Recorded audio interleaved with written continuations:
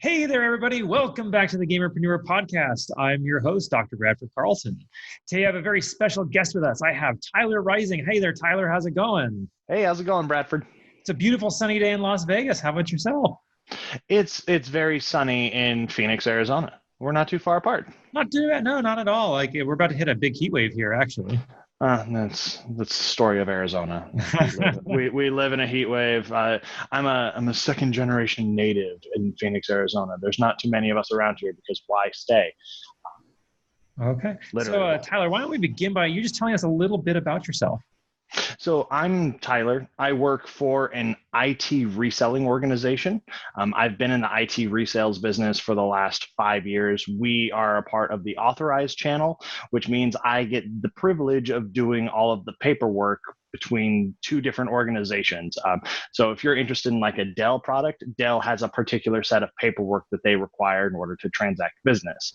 And if you are a school district or state and local education entity, you have your own paperwork that you have that are required in order to do business. My job in that space is to meet them together and make a transaction occur. So that's what I do for a living. Before that, I was a communication scholar, one would say. I went to school specifically to study the Bachelor's of Science in Speech Communication, which then got transitioned to a communication studies degree.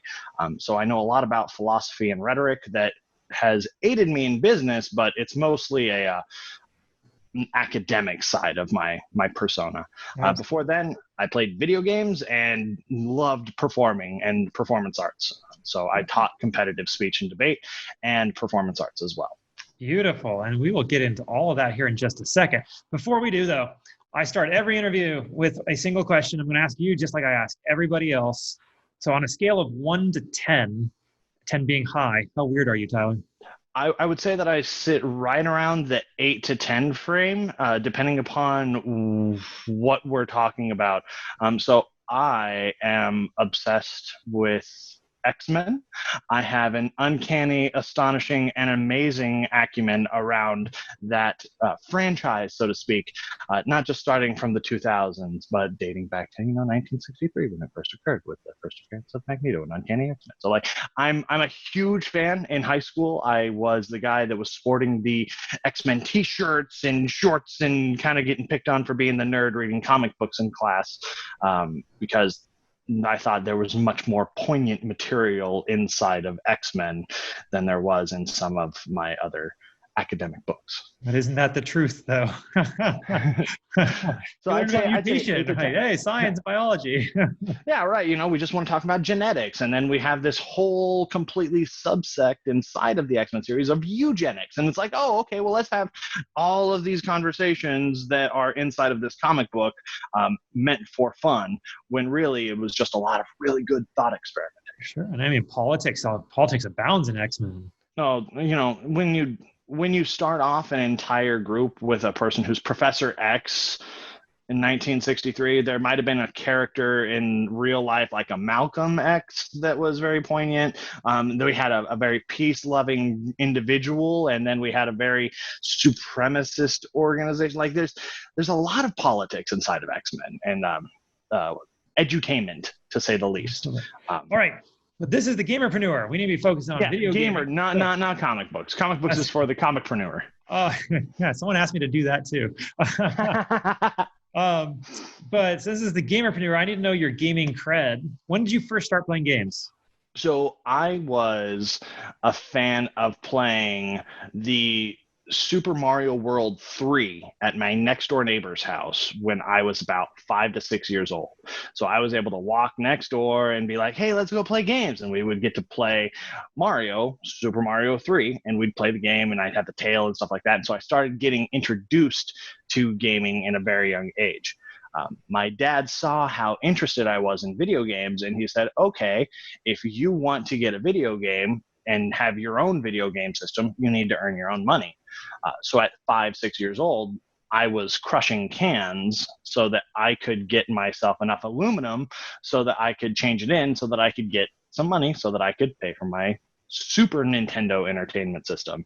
And I finally did. And I played Super Mario World probably a million times before I ended up getting a couple of other games like Donkey Kong and Donkey Kong Country 2 and Donkey Kong Country 3 and X-Men Mutant Apocalypse and Earthworm Jim and Battletoads and Double Dragon and all of these really unique and creative platform games that I just was obsessed over, because like Earthworm Jim was a literal earthworm inside of a spacesuit that used his head to whip across hooks. Like the creativity behind all of this was amazing, and the artwork inside of it was just as cool of art as I was seeing inside of my comic books. So I loved everything about my gaming console when I got it at Super Nintendo. And then when Mortal Kombat was around, I was able to invite all my friends to come over and we'd play Mortal Kombat. And then, I became the house that people would go to because I had the system to play on. And it was just kind of where everything started. I played after school when I was done with my homework as a reward to myself. I played on Saturdays and Sundays when I needed to. I fought my brother when I needed to. We would play against each other. When he would win, I would be upset. And when he would win, or when I would win, he would be upset.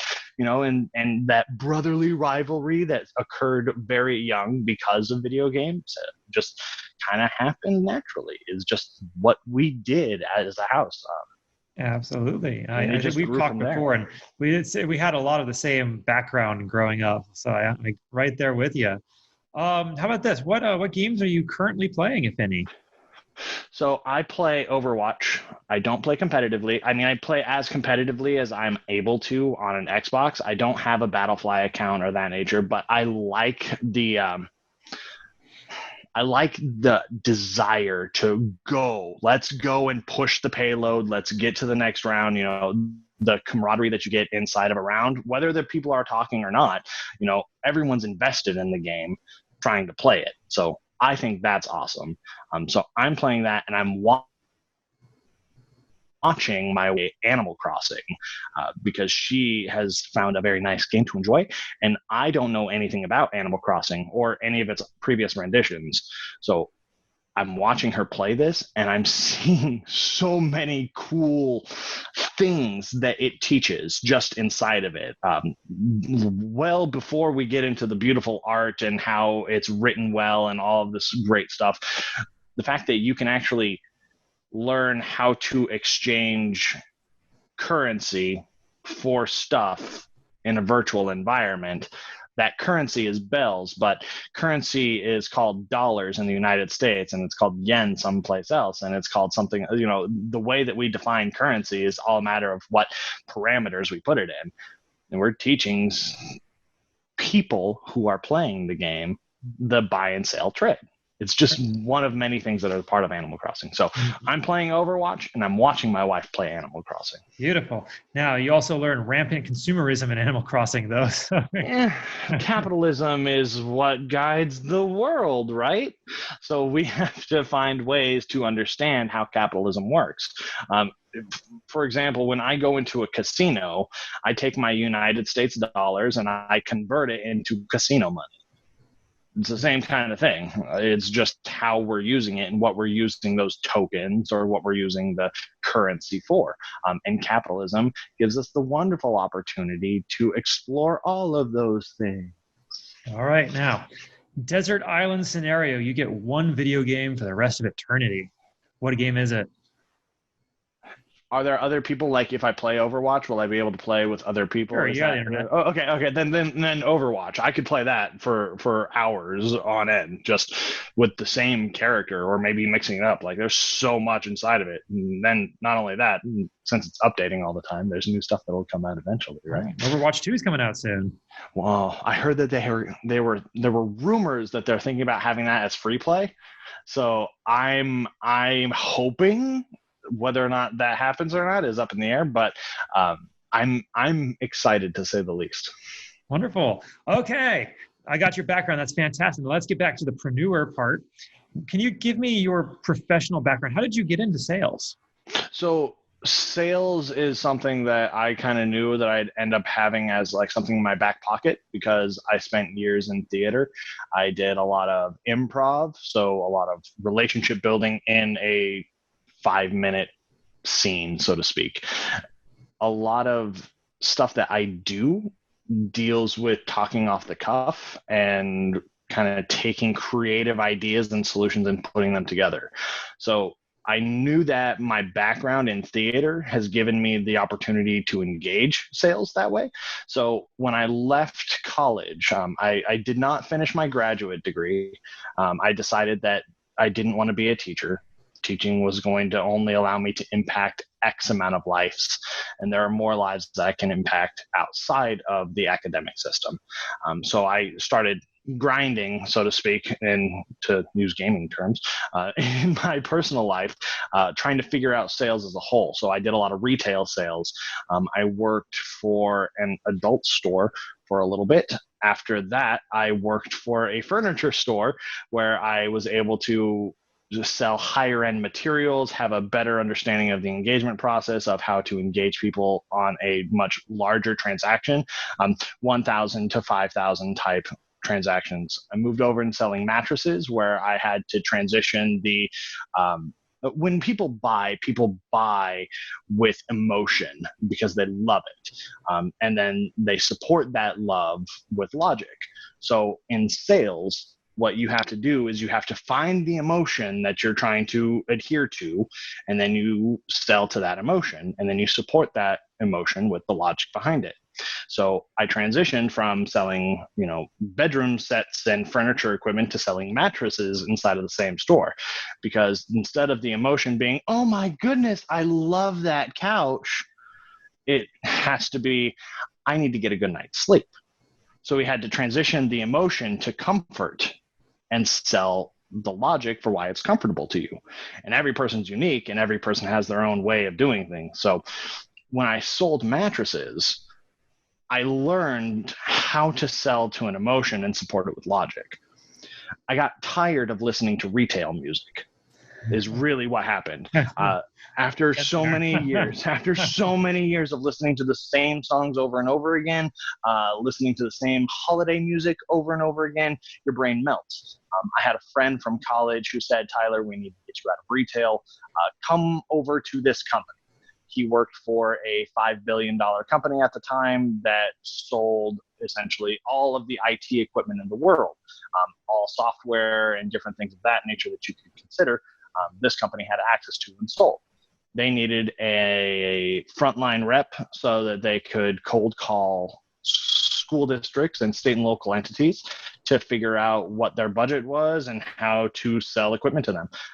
So I ended up getting the job and figuring it out from there. I did not know the difference between a laptop and a server was.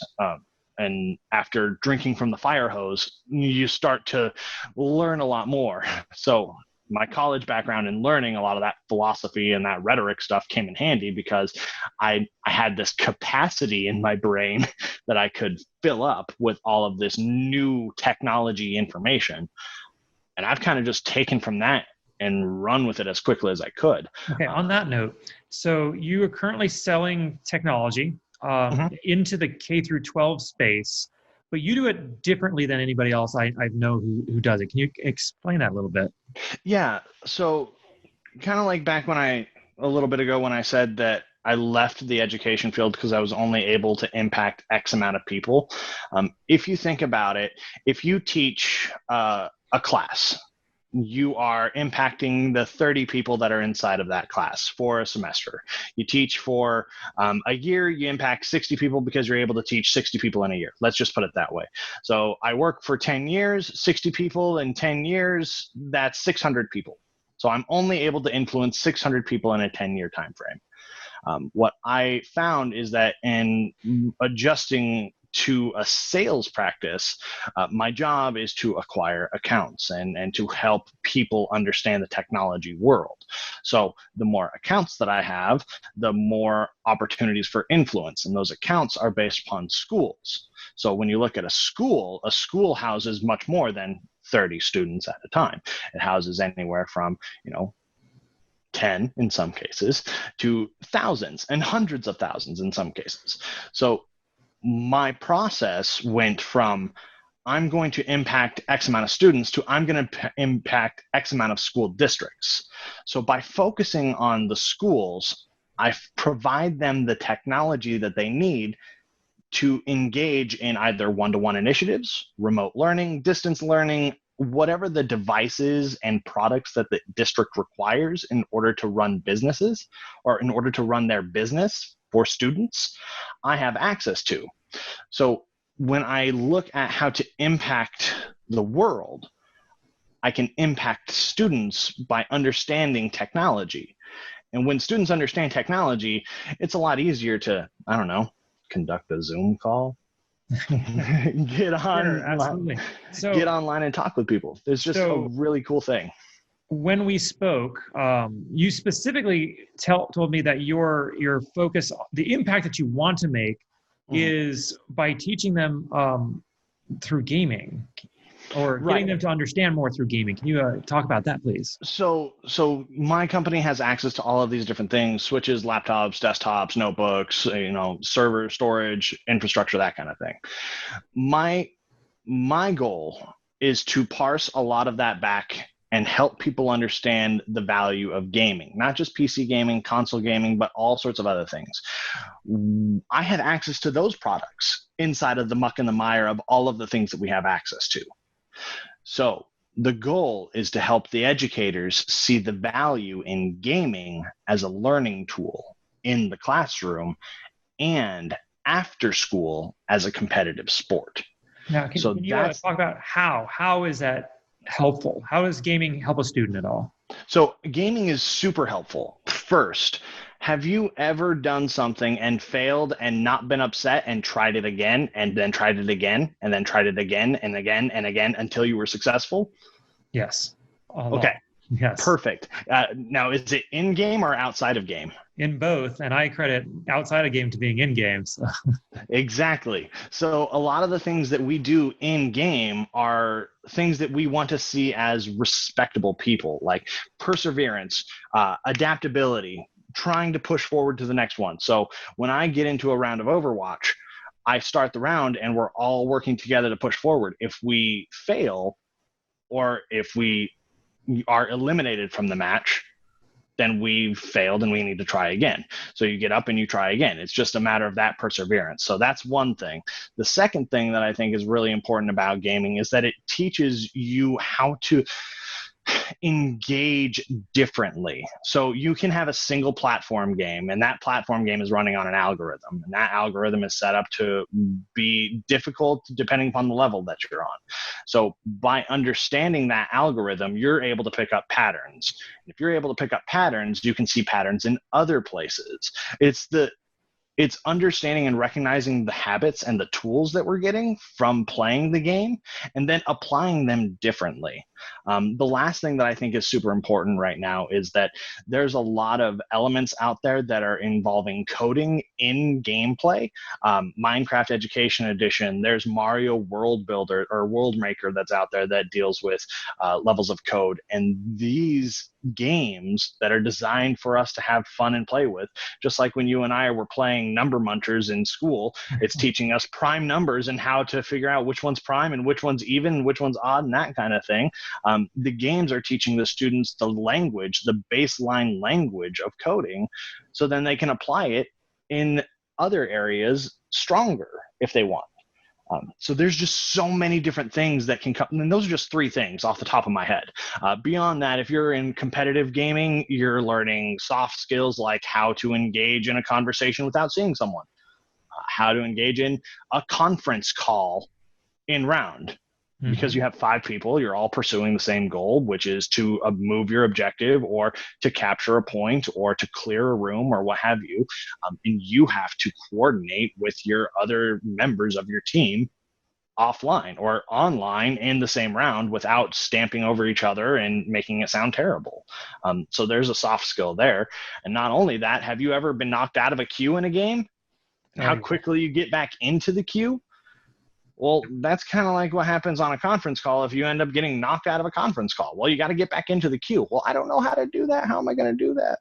Well, if you've had practice doing it by getting knocked out of a round because a server crashed and, no fault to you, but you want to get back in the round, you have to go through the steps that you need to do it. The quicker that you do that, the quicker you get back in the game. Just like the quicker it happens in real life on a conference call, the quicker you can get back to finishing your goal. I love it. The way that we interact with a console or a PC device when it comes to gameplay is the same thing that we're doing right now. We're just looking at each other through a video call. We've just added another layer of interaction onto this. But you and I could both be playing Overwatch and having the same kind of conversation just while we're playing. Absolutely. We may have other things that we say just in general because we're focused on our objective, but splitting attention is one of them too. All right, so you got me sold. I'm sold.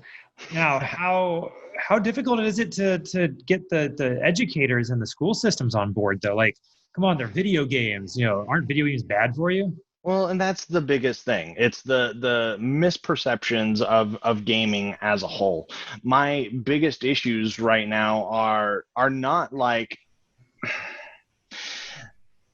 it's a hard no right now. Everyone's saying like, why would we even have games in the classroom? Like, we don't want to. I can't take away my chapter on English studies. Like, we can't take away Romeo and Juliet so that we can play video games. That's not okay. And those are real life things that people are asking about. Like, if I'm going to teach this, I have to take something away. So that's one obstacle. The other obstacle is complete and total ignorance. And ignorance is not a bad thing. It just means that you don't know it yet. And we can learn. We're capable of learning. It's just a matter of if we're interested enough in it. And from my experience, we're interested in connecting to students. However, we're not interested in connecting to students around gaming. So I know as a kid, I got told to put my comic books away when I was in school. I got told, hey, those are great for home.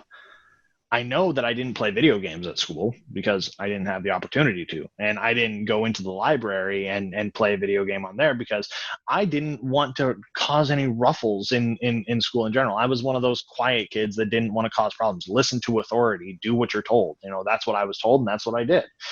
So I didn't try to do anything. I didn't try to engage in gameplay. I talked about video games with all my friends, of course, but beyond that, I didn't have an outlet at school to even have a conversation with an adult about video games. Like, that just wasn't even a thing for me. Yeah. And that's still to this day the same thing. Like, students are having a hard time with an outlet to get to their conversations around gaming. Like, if I wanted to write a paper, like say I was a student and 12, 13 years old and I wanted to write a paper, is the option to write a paper about a video game on the table? Yes, because I did that back when I was in middle school. Good. And you took the initiative to do it because that's something that you were passionate about and something that you were into. And you probably had teachers that were interested in hearing what you had to say or wanted to encourage you. Very poorly on those papers. Well, see, there you have it. They graded you poorly on something. And what was it a matter of content? Or was it a matter of how you were writing? What was the focus of it? Well, considering I was a straight A student, I think it was probably just a matter of content. So that's the thing. Because the teacher didn't like the content you were writing about, you were graded poorly.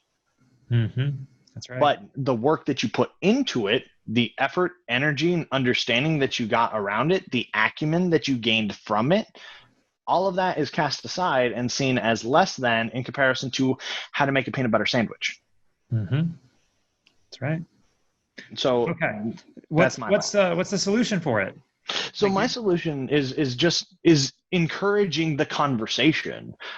The issues that we have right now around the stigma of gaming is because we're not talking about it, and the people that are talking about it with each other, and they're not trying to convince people otherwise. And that's fine. Like, people are more interested in having conversations with people that they're interested in talking to. Like, if they have shared experiences or shared understanding, then they're able to have better conversations about it. But if you like video games and I don't like video games, and we want to have a conversation about video games, it's probably you bringing it to me and I'm not really interested. So that's what I've been finding. So it's been a long process, but I've been working with several different organizations to try and figure out not just who likes video games, but who is interested in learning more. Who wants to have the conversation? Because esports is out there. It's on the tip of everyone's tongue. It's on ESPN. It's out in the world trying to filter its way through YouTube and Twitch and everything out there so that it can get out to the masses so that people can see the professionals play the game. But there's so much more work that we need to do. The professionals are there. They have that high-end, that high-tier caliber that they are. I'm never going to be that guy to have that level of skill. It takes years of experience and practice to do that. Just like any sport or anything that you're good at, any hobby that takes time, it takes years of work to it. So we need to make sure that we're instilling that opportunity with students as well. So like I could play t-ball at 5 years old and start playing catch and start building my acumen for baseball at a very young age. But as students that are interested in playing video games, we're already putting a line in the sand saying, no, this is just for fun. This isn't something to build camaraderie. This isn't something to build communication skills. This doesn't teach you how to deal with anything in daily life. This is just here. It's just games. So, and then well, let me ask this then, just to kind of interrupt you. Are you suggesting that we start up, Peewee Gears of War leagues or Peewee Call of Duty leagues? I honestly think that we should have Peewee Leagues of age-appropriate gameplay. I believe in the ESRB. I believe that there's a reason for it. I know that when I was a kid, I was playing quote-unquote violent video games? Sure. I played Jurassic Park when I was 8. It was a game that I could play where I shot dinosaurs with a rifle. It's what I did playing Jurassic Park on Super Nintendo. I think those are supposed to be trank darts. Well, trank darts, but if they come out rapid fire, I can't tell if it's a trank dart or not. Yeah. So those are things that I know about. I just also think that there are so when I play a video game that I move with the keys WASD. Those are keys that are common for many different video games. Mm-hmm. I know that I can play a video game called Minecraft that uses those same keys as far as movement, uses the same clicks of the mouse to create different things. And those skills, that muscle memory of leveraging these fingers to do these things, will be able to stay with me into other games. So whether I learn how to manipulate the mouse and keyboard and how to organize myself in a 3D environment, I can learn those skills very early before we institute projectiles and flamethrowers and other fictional type of mild violence. Before we institute that, we could have those in younger grades. Now, Rocket League, I think, is completely appropriate for kids to be playing. And I think a Peewee Rocket League would be great. I also think a Peewee Paladins game would be fine. Because Paladins, Champions of the Realm, is a great game. It's very similar to Overwatch. It's more cartoonish so that it can add for more lore and more conversations with students that are younger, and it's free to play. So there's so many things that are out there that are available that are similar skill sets, similar gameplay, and similar in general. And honestly, it all goes back to the gaming industry and the code that they're sharing. There's algorithms that have been created that people can work with, and then people build on top of that, create their own skins, create their own backgrounds, create their own art. And I don't know enough about the gaming industry. I'll be completely transparent. I work in the technology industry. So we share, like on a Venn diagram, it's in there, but we're separate. And it's really interesting to see how students in younger ages can grasp much bigger concepts without having to go through the years of discipline. Like if you know how to play a game, you get several things already. You get that this is a machine that can play this software that has this thing. In order for me to play this game, I have to access that software. So I have to know how to start a machine, how to get to the application, turn the application on, engage the application, and then turn off the application with all of my stuff saved. Like those are all of the things that you need to know in order to play a game. Yep. And those are all very important things that we need to know in daily life. I know how to turn my computer on and off.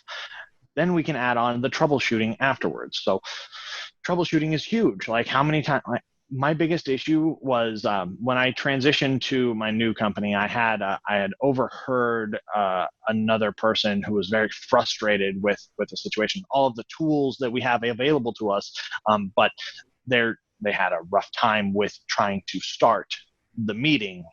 And so it was one of those grumblings that I heard, and I didn't really know what to say to myself, but I said, I don't ever want to hear stuff like that again. It's so simple to click and then get onto a phone and have the conversation. Like, why are people having such trouble with this? Well, it's because they didn't do it when they were younger. They haven't had practice doing it a lot. So it doesn't matter if you're everything, just more practice. Yeah, it doesn't matter if you're 30 years older than me or 15 years younger than me. If you haven't practiced it, you don't know it. Okay. So you got to practice. Let's pull back. So your mission is fantastic. You want students to become gamers in order to develop all those skills that we know that gaming teach.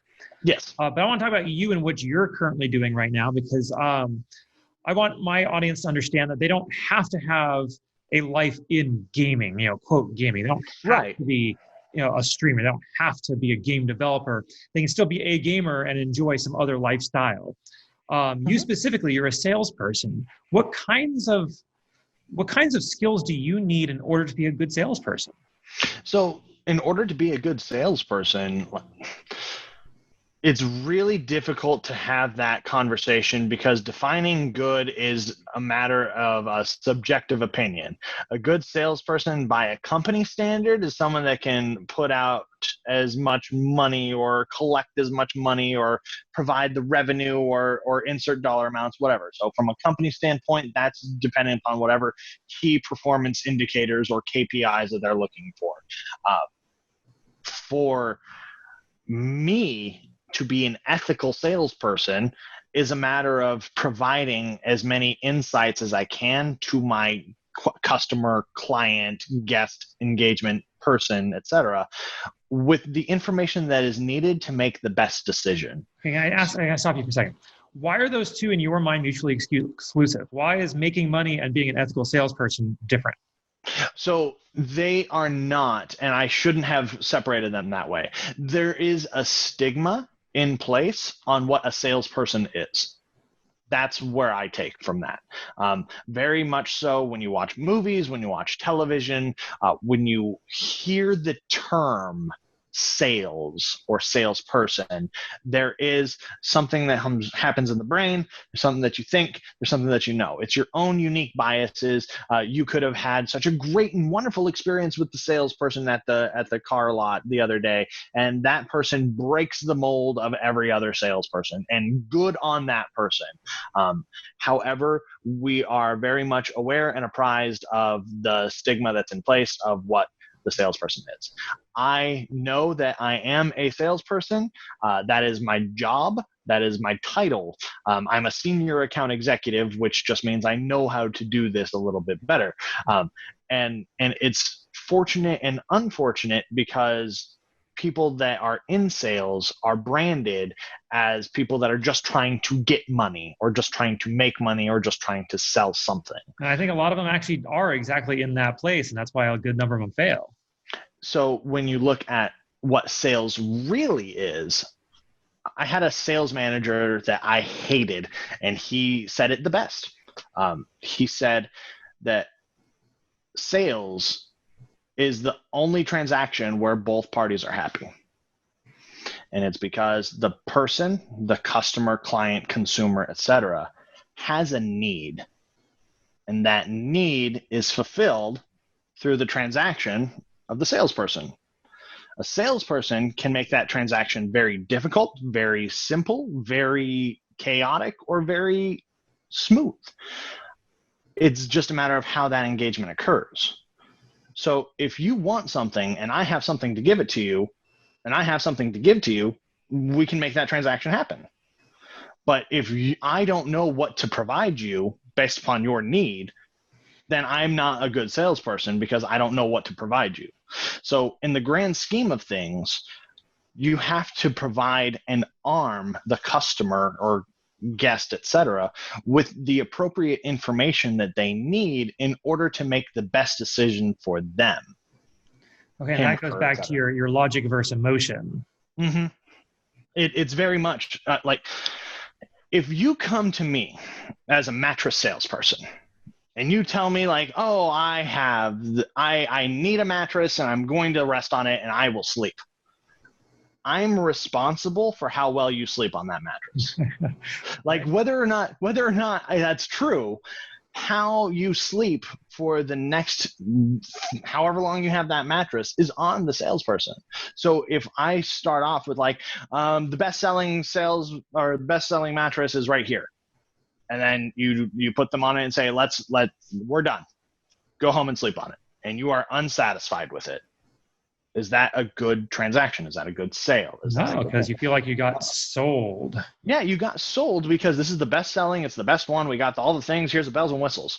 You can only make coils and fabric and cotton and foam be as great as it can be. So you have to ask questions. You have to figure out like, what is it that you're really looking for? Do you want to get a good night's sleep because, you have a husband next to you that snores all night? Or do you want to get a good night's sleep because your left shoulder is sore in the mornings when you get up? Well, it's probably because you're sleeping on too firm of a mattress that you sleep on your shoulder on when you really need a softer mattress to cradle it. So there's a knowledge that the salesperson has from engaging in the business that they're in, that they can provide as not just analysis, but here's what we've done, here's why we're selling this product, here's the reasons that you need it for. In the technology world, we can talk about the laptops and devices that you want. Like, do you like Dell, HP, Lenovo, Acer, Asus? Like, what is it? Like, is that important part of the conversation? Maybe. But really, my wife does not buy anything but HPs. see, but there you go. Like, so if I went in there and I called your wife and I said, hey, I've got the greatest thing in the entire world. It's going to max out all of the specs that you require for everything that you could ever want. And it's going to make sure that you can get to the internet seamless and smoothless. It's a Dell product. She'd never buy it. She'd never buy it. So why would I spend all that time, effort, and energy going back on trying to figure out how all this wonderful information on Dell when the end user is an HP person? Or why would I spend all the time finding the HP product when it could be this over here? But the way the system works is that if you don't have a broad understanding, a breadth of understanding around all of it, then you are doing a disservice to your end customer. HP's great. HP's got a lot of great bells and whistles around security and their new feature sets that are available inside of their embedded secure OS. But what they don't have are 3 lights that Dell has on the back of their computers. So those minute differences are what some people really care about. So when you're going and having conversations from like a sales perspective, it's never like, I never lead with a product, lead with a question, which is why gaming is so important to me. It's like, are your students gaming? Chances are they are. At home, are you talking about gaming? Are you tapping into that? Are you asking questions for that student to take recall information from back here into the forefront so that they can think about it a little bit more, and then use their vocal cords and their oral understandings to tell people, hey, this is what I know about this. I'm very excited about this. Or do we squash that? And we make people feel smaller and say, go write me a paper on peanut butter and jelly sandwiches. I want to get more nuts and bolts if I can, because it's my personal belief that everybody on this planet is a salesperson, even if they don't know it yet. And because of that, I want them to understand that as they're starting to make the transition to understanding that they are salespeople, that there's going to be these hurdles that get in their way. And the biggest one is the word no. Like, what advice would you have for someone who gets terrified of the word no? No is the first word that our children learn in kids, because we're trying to help them define the reality. No, don't touch the stove. That's hot. No, don't pull on the bookcase. They're going to fall on you. No, don't step outside in the moving streets. Like these are things that we learn at a very young age. Don't be afraid of no. No is just another statement to yes. Like, you told me everything that I needed to know about your wife. I will never call your wife and talk to her about Dell. So even if I'm leading with a product, like if you decide to lead with a product and you get told no, that's information that you now have. They said no. Why did they say no? Did they say no because it was the wrong time? Did they say no because it was the wrong brand? Did they say no because it wasn't going to perform the way that they wanted to? Why not? So a no is just an opportunity for you to say, well, why? Sure. Now you gain more information. And that's what sales is. Sales is a matter of acquiring the appropriate information that you need from market research and other information and data you're collecting, and putting it out into the world with what we have.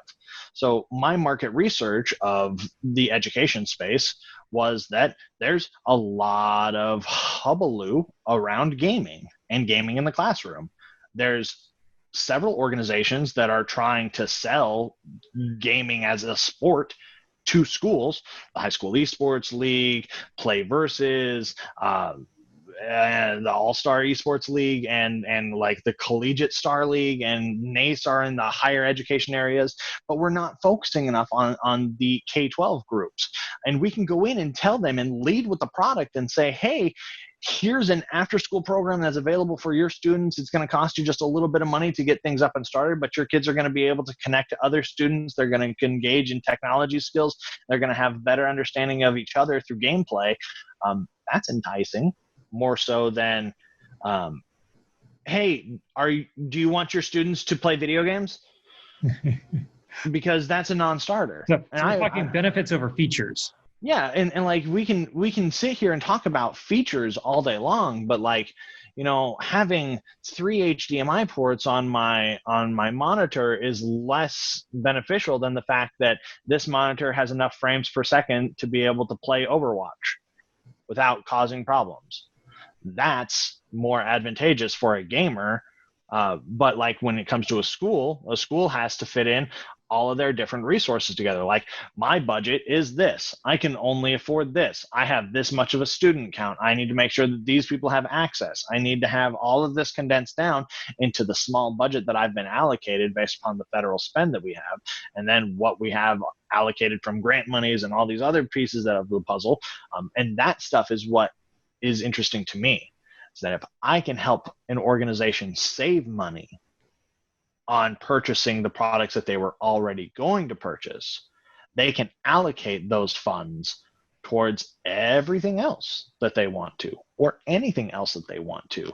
That way we can put more of a fiscal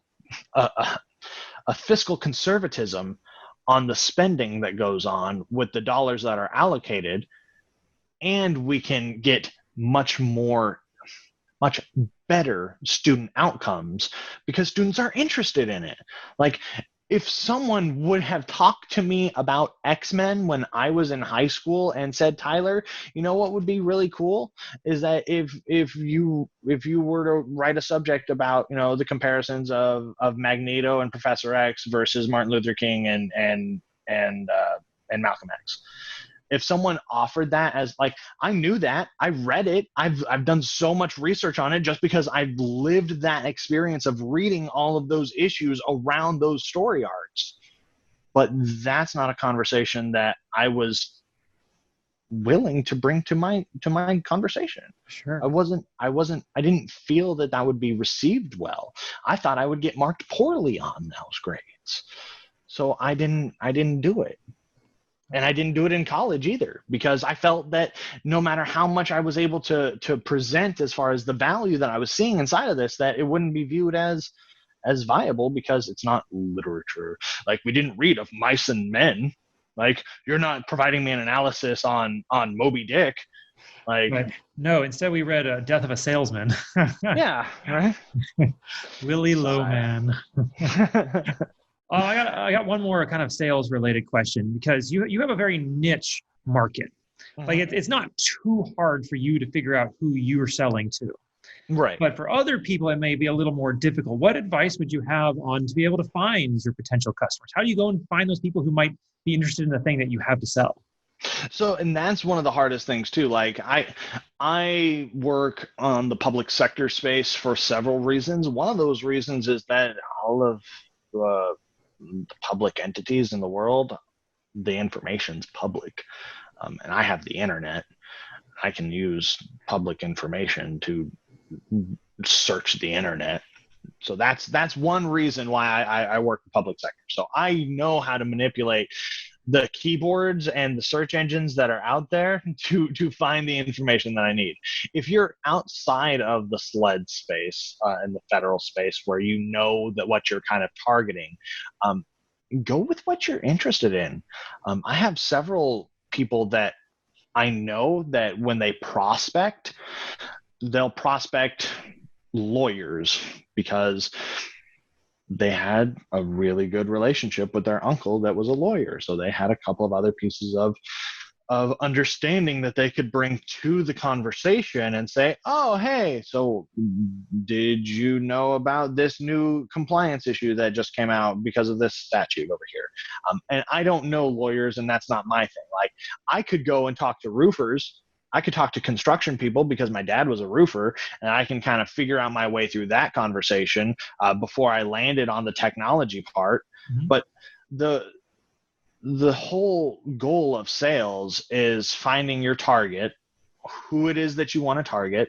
For example, if you want to target the esports industry, do a quick search, find your background in the esports world, who's doing what, where, and when. And just so you know, that will change every day.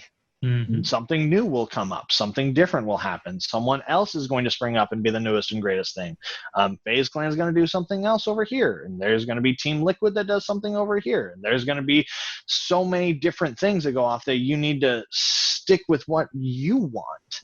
So, like, for me, I know that the most impact that I'm going to be able to leave on this world is by helping our future generations understand how to engage technology in a new fashion. In order for me to do that, in order for my mission to continue, I need to find out how I can impact those students. What can I do to do that? And then work backwards. So I have a goal. This is my goal. Now I need to work backwards to that goal. If my goal is I need to make money, then you're going to find out how it is that you make money, how that money can transact, and then you can do that, and you will find your way to make that money. Okay. That's fantastic. I'm glad that you mentioned goal setting. That's like the basis, right? Like you probably read the same books that I do and listen to the same audiobooks as I do. So trying to build my own self to make it work. Like, honestly, we have to consume information from like-minded people and from different-minded people so that we can have a more robust understanding of how to go to market. Sure. Now, I'd like to humble you for a moment. Please. Because you've told me about all the wonderful things you're doing and on all the goals that you've set and the direction you're heading. But I'd like to pull back and kind of let everybody understand that you're not Superman.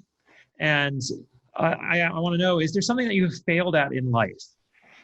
Oh, Oh yeah, all sorts of things.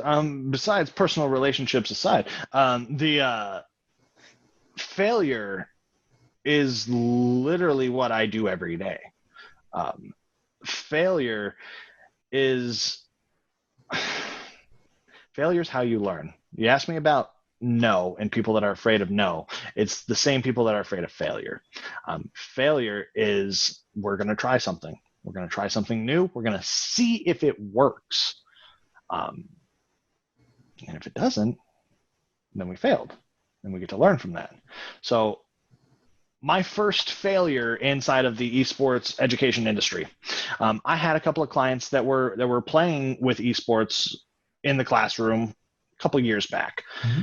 And they were working on it. And so I was like, oh, this is great. I'm going to call a bunch of people and ask them who's their esports coach. Because that's how it's going to start. I'm going to get to the esports coach, and the esports coach is going to give me all the information that they need. So call school district ABC. Hi, my name's Tyler Rising with IT1. Could I talk to your esports coach? Because they don't know. The communication inside of a microcosm like a school district doesn't happen as large as one would think. So I have been laughed at for a month before I quit making that phone call and asking about an esports coach, because that wasn't the right questions.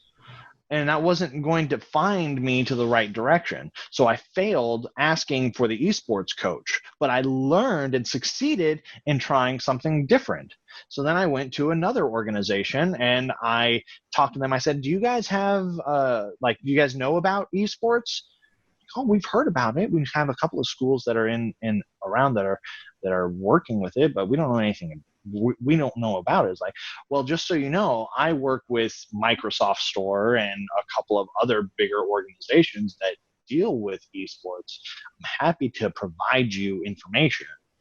And so that's been what I've been able to transition towards, being a vessel for information. Like, you don't have to get a 16 gigabyte RAM device with a terabyte hard drive in order to play Madden. Like, you're not going to play Madden on a PC. You're going to play Madden on a console. So like I'm not going to sell you this widget for this. And that's been the biggest thing. As that salesperson, although I've come into this group and provided information willingly, that stigma is still there, and people look at me and treat me as the salesperson, even though I'm only there to offer information and guidance on how to be cost effective and beneficial when it comes to their funds.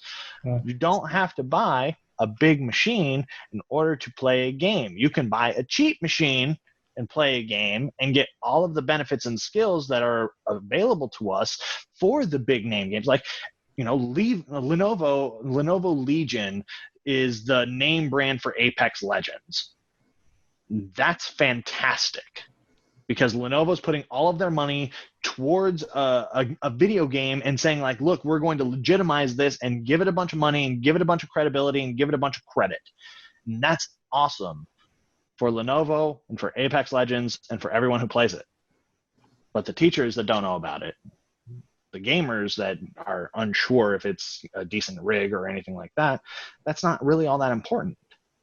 But if I can talk to educators about the values of gaming, if I can talk to gamers about the value of spreading your knowledge and intelligence around video games to others, that's so much more impactful.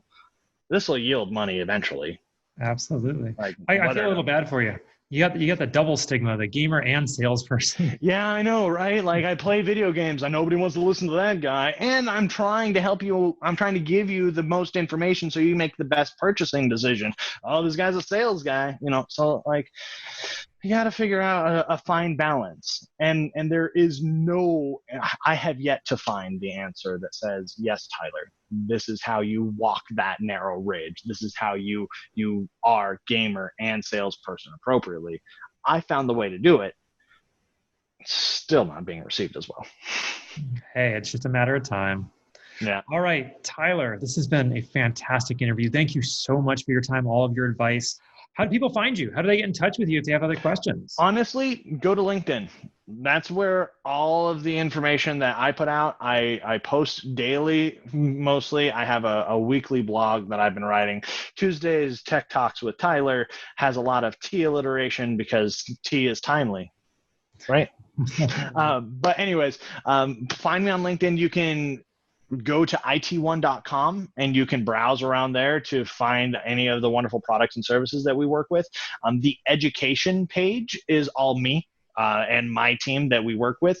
We're trying to get out as much information available to the world in regards to the COVID-19, remote learning, distance learning, the benefits therein, and some of the products that would be available and are available that are more secure and can create better digital citizens over time.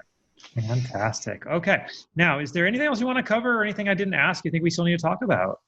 The only thing that I want to make sure that is out there in the world is that anyone that is interested in gaming or is interested in showing off how much you know about a game, write papers, write blogs, talk about gaming and the benefits of gaming as a conversation piece around the cerebral components of gaming, anything that you can do to bring up the conversation with your community, with your parents, with your teachers, with your family, just so that we can help dispel some of the myths around gaming.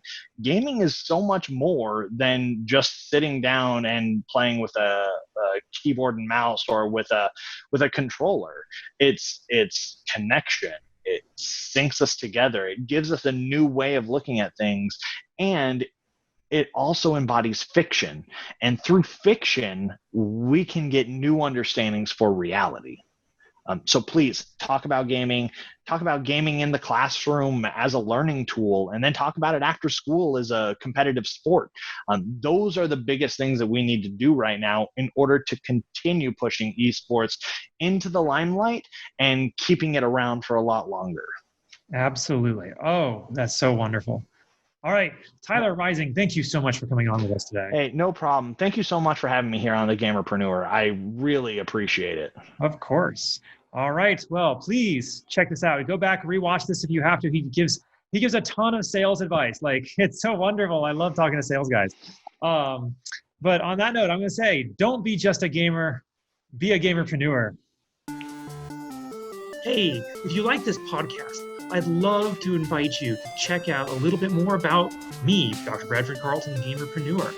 If you go to my website, www.thegamerpreneur.com/bonus, I'm going to give you a free copy of my book, The Warcraft of Business, where I explain my history in both gaming and business and how I brought the two together in order to create some very successful companies and help a lot of people.